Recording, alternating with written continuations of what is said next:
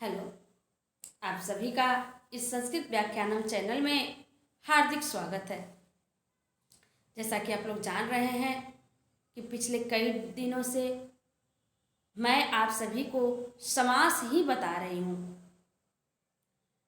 और मैं ये बार बार कहती हूँ कि समास का मतलब भले ही संक्षिप्त है, लेकिन समास संक्षिप्त नहीं है।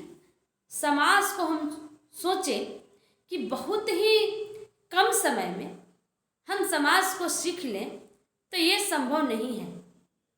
ऐसा जो लोग भी कहते हैं, मैं देखती हूँ कि यूट्यूब पर बहुत सारे वीडियो आते हैं, उसमें लिखा रहता है कि 2 मिनट में समास को सीखिए, 4 मिनट में समास को सीखिए, एक ही वीडियो में समास को सीखिए। मैं वैसा नहीं कहूँगी, क्योंकि यह संभव ही नहीं है। आपको समास को समझने के लिए धैर्य की ज़रूरत है, समय देने की ज़रूरत है, और मैं ये नहीं कहूँगी कि बहुत समय देने की ज़रूरत है। नहीं, आप अपने प्रतिदिन के समय में से 10 मिनट 5 मिनट निकालिए, उतना ही में आप धीरे धीरे करके समास को सीख जाइएगा, या मैं ये कहूँ कि संस्कृत को सीख जाइएगा। आज के बच्चों में संस्कृत के प्रति रुचि काफ़ी कम दिखाई दे रही है।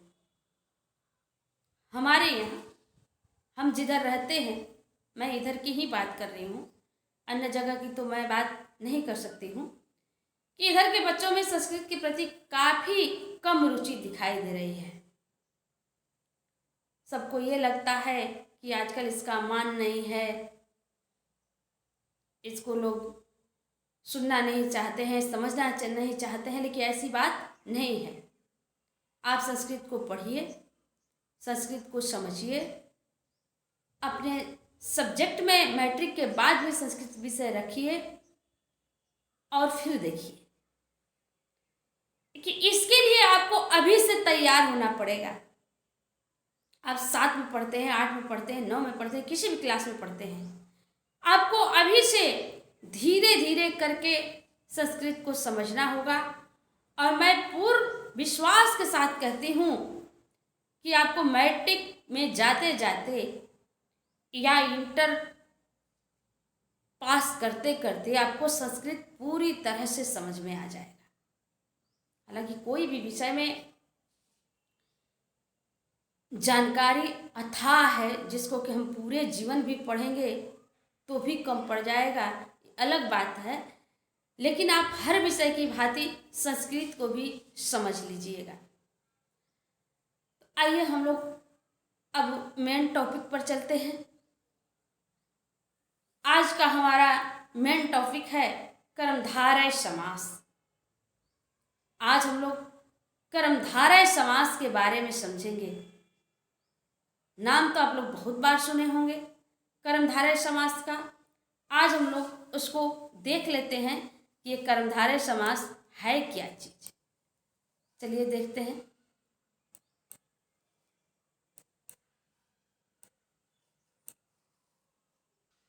हम लोग चलते हैं, देखिए, कर्मधारय समास की तरफ। कर्मधारय समास, आइए देखते हैं। तत्पुरुषः समानाधिकरणः कर्मधारयः।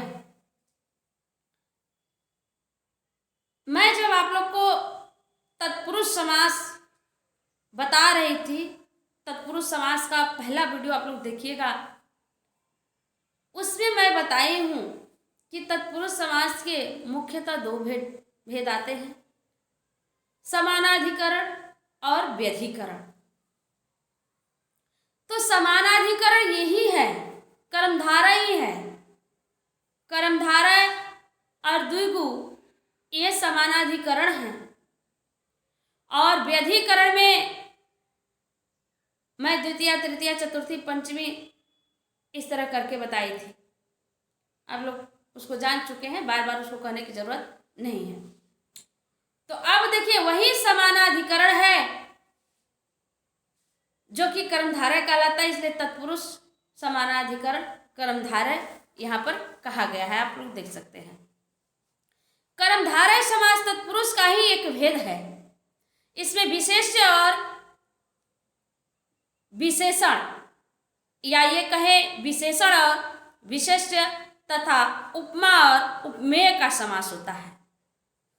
कर्मधारय समास में किसका किसका समास होता है? विशेषण और विशेष्य का, उपमा और उपमेय का यहाँ पर समास होता है। यहाँ दोनों पदों में एक ही विभक्ति रहती है, इसलिए इसे समानाधिकरण तत्पुरुष भी कहते हैं। कर्मधारय को समानाधिकरण तत्पुरुष भी कहते हैं, लेकिन हालांकि कहीं भी नाम पूछेगा कि कौन सा समास है तो हम समानाधिकरण तत्पुरुष नहीं लिखेंगे, बल्कि कर्मधारय ही लिखेंगे। जैसे देखिए, जैसे यानी यथा, कृष्णः सर्पः, कृष्णः सर्पः। देखिए यहाँ पर विशेषण और विशेष्य का समास हुआ है। यहाँ विशेषण है कृष्णः और सर्पः विशेष्य है यानी संज्ञा, और इन्हीं का समास हुआ है। दोनों पद में समान विभक्ति है, आप देख सकते हैं, कृष्ण में भी प्रथमा, सर्प में भी प्रथमा। और जब समास हुआ तो क्या हो जाएगा? कृष्ण सर्पः। क्या हो जाएगा? कृष्ण सर्प। यहाँ यह अलग दिखाई दे रहा है, लेकिन अलग नहीं होगा, बल्कि एक ही में होगा। कृष्ण सर्पः, ये एक ही में रहेगा। ठीक है, गलती से यहाँ स्पेस हो गया है, स्पेस नहीं होना चाहिए यहाँ पर। कृष्ण सर्पः एक ही में होना चाहिए, यानी काला सांप, काला सांप। ठीक है, तो यहाँ पर आप देख पा रहे हैं कि विशेषण और विशेष्य का समास है। अब कभी भी आपको कृष्ण सर्पः ऐसा शब्द मिले और ये कहा जाए कि ये कौन सा समास है, तो आप झट से कहिए कि यह जो है कर्मधारय समास है। कृष्ण सर्पः लिखा रहेगा तो इसका हम विग्रह करेंगे कृष्णः सर्पः, कृष्णः सर्पः। और जब कृष्ण सर्पः लिखा रहेगा तो इसका हम समाज बनाएंगे कृष्ण सर्पः। ये एक ही में रहेगा, मैं बार बार कह रही हूँ कि ये एक ही में रहेगा, यहाँ बीच में गैप नहीं रहेगा, खाली नहीं रहेगा, इसको एक ही में हम जोड़ देंगे। यानी इसका मतलब हुआ काला सांप। आगे हम लोग चलते हैं।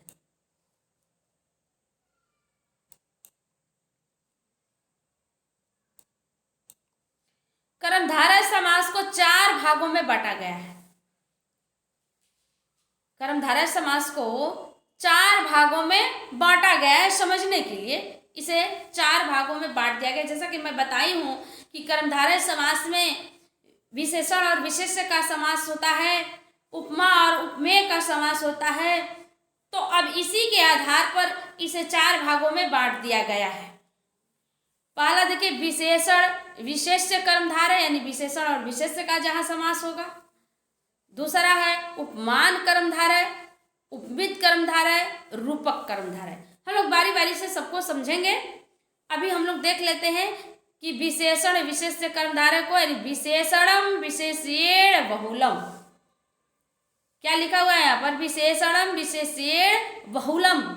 इसमें क्या होता है? इसमें पूर्व पद विशेषण तथा उत्तर पद विशेष्य होता है। पूर्व पद कोई भी विशेषण होगा और उत्तर पद विशेष्य होगा, यानी जो विशेष्य होगा उसी का विशेषण होगा पूर्व पद, यानी संज्ञा और विशेषण का ये समास होता है।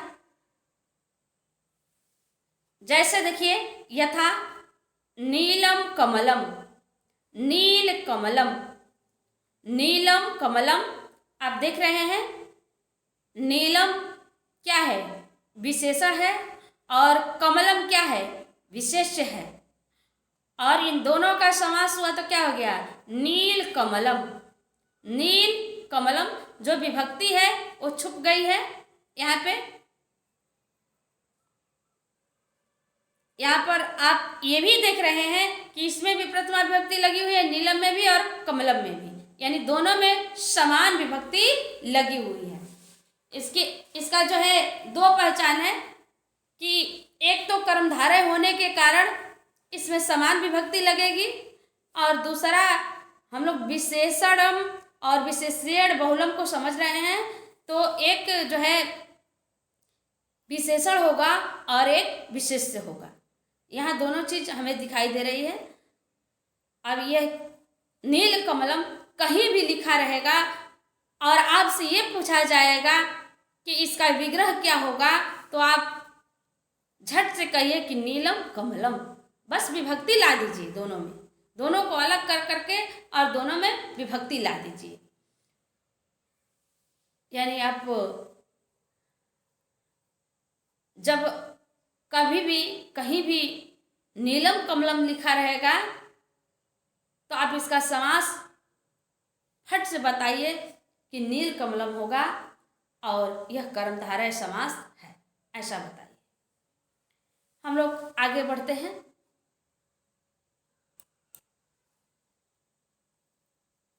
और उदाहरणों के साथ देख रहे हैं। मधुरम वचनम, यहां भी आप देख रहे हैं कि वचन विशेष्य है और मधुरम विशेषण है। इन दोनों का समास हुआ है। जब इन दोनों का समास हुआ है तो क्या बन गया है? मधुर वचनम, मधुर वचनम। अब कहीं भी मधुर वचनम लिखा है तो आप फट से बताइए कि मधुर वचनम कर्मधारय समास है, क्योंकि यहाँ पर विशेषण और विशेष्य का समास हुआ है। उसी तरह से अगला उदाहरण है महान देवः, महादेवः, महान देवः, महादेवः। यहाँ पर भी देखिए महान और देवः दोनों में समान विभक्ति लगी हुई है, और देवः का विशेषण क्या है? महान। यहाँ भी विशेषण और विशेष्य का समास हुआ है। महादेवः शब्द बड़ा ही चर्चित शब्द है, कभी भी पूछ सकता है, कोई भी पूछ सकता है कौन सा समास है। आप पाठ से कहिए यह कर्मधारय समास है। और आप संस्कृत में तो सीख रहे हैं, संस्कृत में तो उदाहरण सीख ही रहे हैं, लेकिन हिंदी भी आपका तैयार हो रहा है। यहाँ महादेवः है और वहां लिखा रहेगा कि महादेव कौन सा समास है, बस अंतर इतना ही होगा। यहाँ महान देवः लिखे हैं, वहां पर लिखेगा महान देव। बस आप संस्कृत में भी समझ गए और हिंदी में भी समझ गए। उसी तरह देखिए महान राजा, महान राजा, महाराजः, महाराजः। अब हिंदी में लिखा रहेगा महाराज, केवल महाराज लिखा रहेगा। पूछेगा कि महाराज का समास विग्रह करें तो आप इसी तरह से कीजिएगा महान राजा, और हिंदी में भी इसी तरह कीजिएगा महान राजा, और संस्कृत में भी इसी तरह से कीजिएगा महान राजा। केवल समास होने पर यहाँ महाराजा हो जा रहा है और हिंदी में महाराज हो जाएगा। ठीक है। अब देखिए पीतम अंबरम, पीतांबरम, पीतम अंबरम, पीतांबरम। अब अंबर वस्त्र है और इसका विशेषण है पीतम, और इन दोनों का समास हुआ है। समास होने पर एक विभक्ति छुप गई है और पूरा पद क्या हुआ है? एक बन गया है। आप देख पा रहे हैं कि यहाँ भी विशेषण और विशेष्य का समास हुआ है, यानी यह भी कर्मधारय समास का उदाहरण है। एक चीज मैं बता दे रही हूं कि ये पीतांबरम जो है ये आपको कंफ्यूज कर देगा, क्योंकि ये दो जगह पर आता है, एक बहुव्रीहि में आता है और एक कर्मधारय में आता है। अब कैसे पहचानिएगा कि कौन सा पीताम्बरम ये जो है बहुब्रीहि है और कहाँ पर हम इसको कर्मधारय कहेंगे? तो ध्यान से देखिए, जब पीताम्बरम लिखा रहेगा, पीताम्बरम, तो आप आंख बंद करके कहिए कि यह कर्मधारय है, क्योंकि अंबरम यानी वस्त्र की बात हो रही है। तो वस्त्र की बात हो रही है तो वस्त्र कैसा है? पीला है, ये बताया जा रहा है। वस्त्र कैसा है? पीला है, यह बताया जा रहा है। और जब यही पीताम्बरम शब्द जो है पीताम्बरम न होकर के पीताम्बरः लिखा रहेगा, क्या लिखा रहेगा? पीताम्बरः, तो वहां पर आप कर्मधारय नहीं कहेंगे, क्या कहेंगे? बहुब्रीहि कहेंगे, क्योंकि पीताम्बरः कहने से वस्त्र का बोध नहीं हो रहा है, बल्कि वहां पुल्लिंग शब्द आ गया, यानी किसी व्यक्ति का बोध हो रहा है, किसी और कुछ का बोध हो रहा है। तो हम लोग उसको समझेंगे। देखिए, अब देखिए यहाँ पर ये पीताम्बरम है और ये हट जाएगा, यहाँ पर खाली क्या बच जाएगा? पीताम्बरः, तो बहुब्रीहि हो जाएगा। अब ये तो समासिक पद की पहचान है कि पीताम्बरम रहेगा तो कर्मधारय और पीताम्बरः रहेगा तो बहुब्रीहि। अब ये समासिक पद है तो हम यहाँ पर ये पहचान कर लेंगे दोनों में, लेकिन विग्रह दोनों का हम कैसे करेंगे? विग्रह भी दोनों का अलग अलग होता है। अब ये नहीं है कि ये पीताम्बरम है तो इसका भी विग्रह ऐसे ही होगा, पीताम्बरः है उसका भी विग्रह ऐसे ही होगा, दोनों का विग्रह भी अलग अलग होगा। इसका तो पीतम अंबरम हो गया, यानी पीला वस्त्र, लेकिन वो बहुब्रीहि समास के अनुसार पीताम्बरः का विग्रह होगा। पीतम अंबरम यश्च असौ, उसका विग्रह क्या होता है? उसका विग्रह होता है पीतम अंबरम यश्च असौ, यानी पीला है वस्त्र जिसका वह, अर्थात भगवान विष्णु।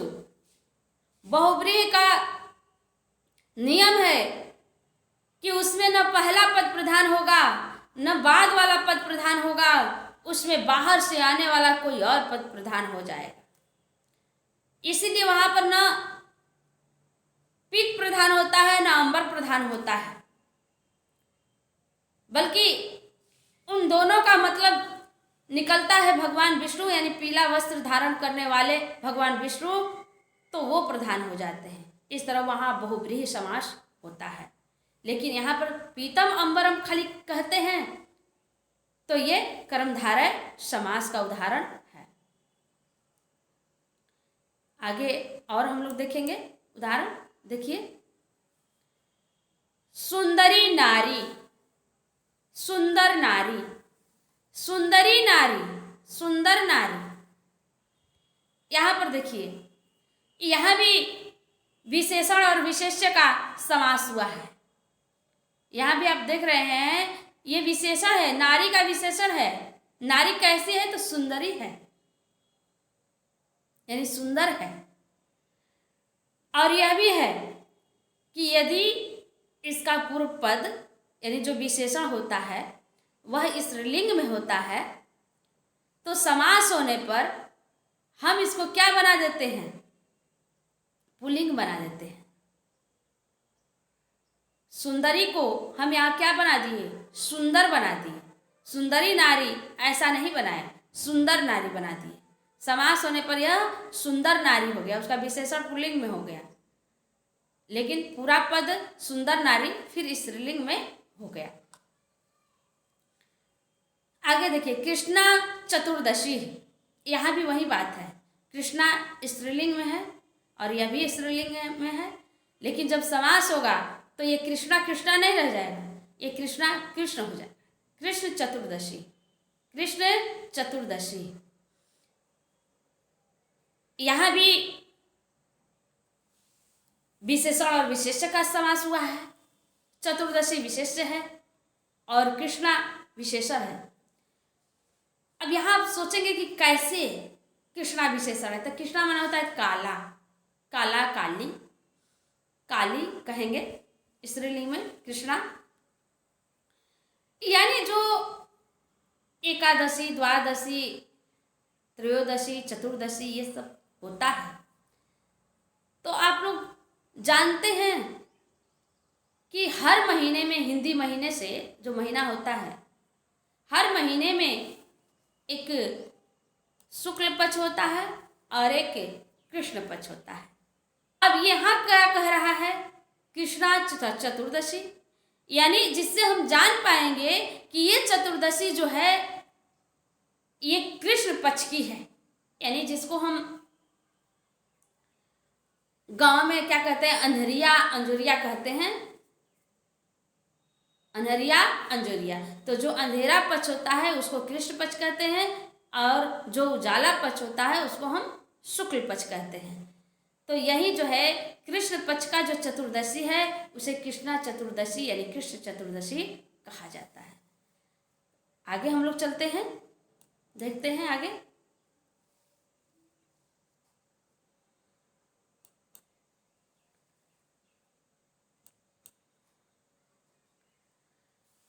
उष्णम उदकम,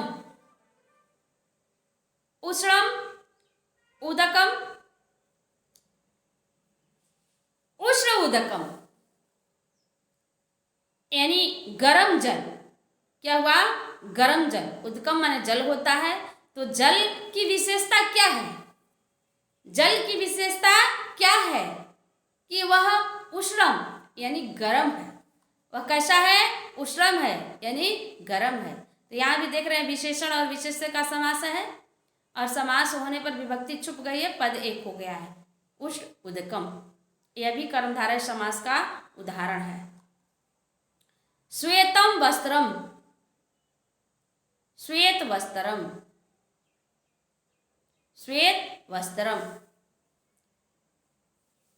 यहां भी आप देख रहे हैं कि वस्त्र कैसा है, श्वेत है, यानी श्वेत विशेषण हो गया, वस्त्रम जो है क्या हो गया, विशेष्य हो गया।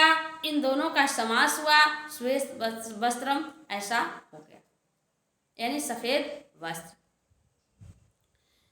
अब अगला है उपमान कर्मधारय। अगला क्या है, उपमान कर्मधारय। मैं समझती हूं कि इसको हम लोग अगले वीडियो में समझेंगे। अभी इसमें बहुत सारा है, उसमें भी समय लगेगा, तो हम लोग इसको अगले वीडियो में समझेंगे। धन्यवाद।